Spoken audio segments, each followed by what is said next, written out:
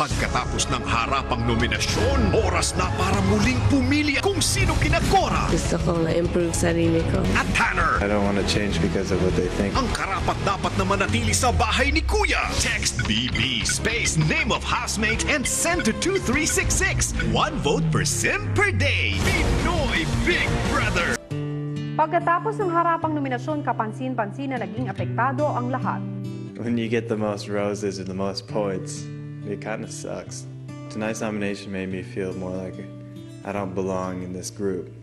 Most of the reasons I was nominated was because of who I am, because I'm not particularly as warm as this culture, so it kind of irritates me. It makes me feel like I'm an outsider.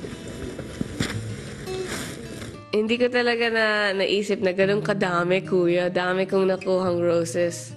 Wala pang Valentine's Day. So yun, syempre masakit. Feeling mo na parang hindi na natutuwa sa'yo yung mga housemates mo or... Hindi, wala. Ano ba? Tao lang tayo. Tao lang tayo. Walang magbabago. Pagluluto ko nga kay Lasso. You still love me? I will still love you. I'm not. No hard feelings, dude. Really. Kuya, I don't want to change who I am just because of what they think of me. Maybe ask them to accept me for who I am. No hard feelings. Just a game.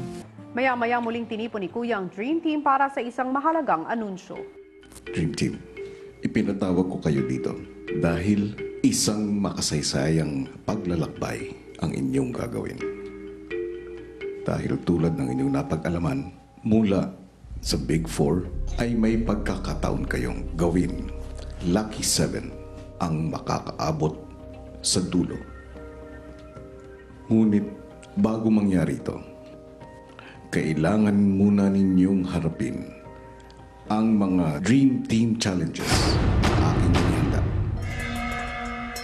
At kinakailangan ninyong mapanalunan ang 3 out of 5 mula rito bilang isang grupo. Gaano ba kayo kahanda gawin ito?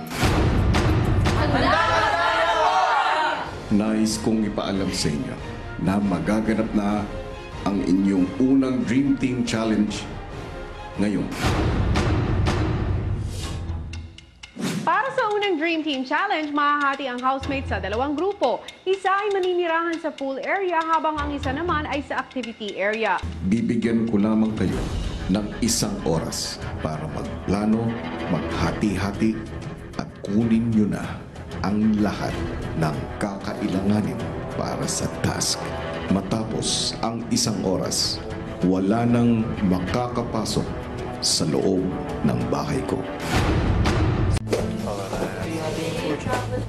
Okay. Kuya Makoy! 3 days. Great.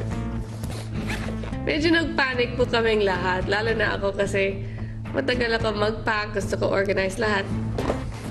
Just unpack. Muling makakatulong sa harapang hamon. Oh, there you go. Galing. Wait. Ayaw nyo plan and eat? Hindi, doon na ito kakain sa labas na. Wala nang time eh. Hinati ko na sa dalawa to. Makes sense. Pinalalo na ng Dream Team ang magiging hatian nila. Hatiin natin yung team sa dalawa, 4 sila. So they'll have to be split evenly? Not necessarily. 10 tayo, no? Hatiin natin yung lalaki muna. Strength siguro po. Strength yung kailangan. I-balance natin yung, maghiwalay kayo. Kailangan natin si Tanner outside eh. Tanner, sa pool area ka. Okay. Ang pool area kasi ang magsisilbing setter para papuntahin sa di ba? Activity center, receiver tong activity area eh. Mas marami sa iba or mas Oh, 4-6. Okay. I don't think we should make it 6 4. Because what if you need someone on the other side? It should be 5 and 5. Yeah. 5 and 5. Huling tinanong Pag-usap kayong dalawa. Okay lang po ako. Pag naulanan sa Sasamahan ko kita, Ate Cora.